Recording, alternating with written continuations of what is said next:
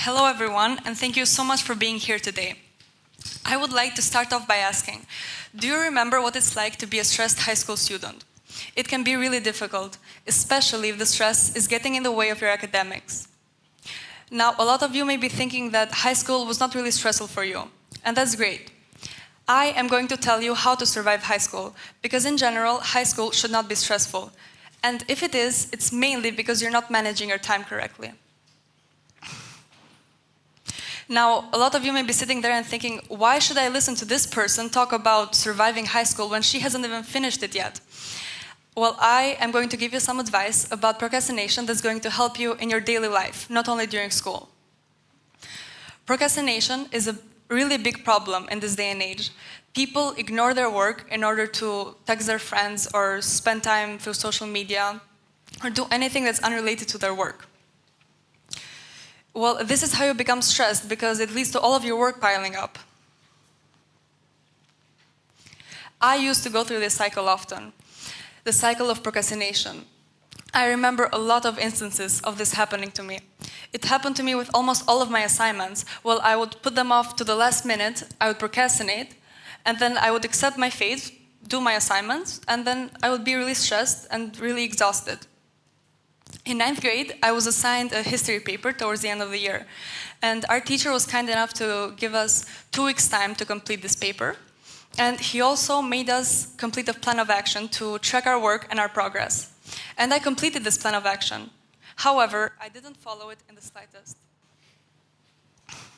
I left my paper for the last 2 days because I figured I could get it done in such a short amount of time. And I was right, I could.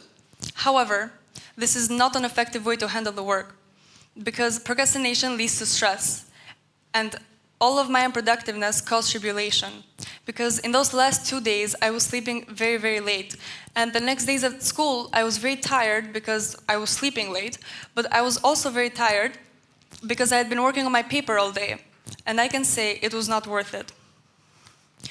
Procrastination leads to stress, and here is the graph demonstrating the relationship between the two. As we can see, as the procrastination score increases, so does the stress score. It is really common for us high school students to feel stressed because a lot of us procrastinate. But the last stage of stress is exhaustion. And if you're under a lot of stress, then eventually this exhaustion will overwhelm your body and your mind, and it will lead to burnout. A study conducted by the American Psychological Association concluded that 30% of students who feel great stress from school also experience depression. And there is also another 25% of students that skip meals. And these are both serious health issues that you don't want to have. Procrastination can lead to us ignoring our work and not wanting to do it. But if you focus on a specific task without any outside distractions, then you will be able to finish it in a short amount of time. And then you'll have time to spare, to hang out with your friends, to spend time with your family.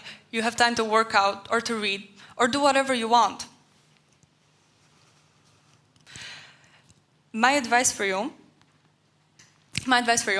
is to manage your time correctly, because it's the most important thing. Never ever leave work to the last minute, because then it will all accumulate, and this is how you end up stressed. Break the pattern of procrastination, of scrolling on your phone for endless hours, of binge-watching TV shows the day before a big test, because that is how you end up stressed. And my second piece of advice is to study by using effective study methods. For example, as soon as you get home from school, try to review the information that you learned, or try to say it out loud to yourself as if you're teaching it to someone, because that is how you retain the information. Create time management plans, and this way you won't have to worry about high school. It will just flow easily. And think about your future as well, in university, where you'll take harder classes and you won't have time to procrastinate. So break the pattern of procrastination today, not only to achieve academic success, but to also live a well-balanced life. Thank you.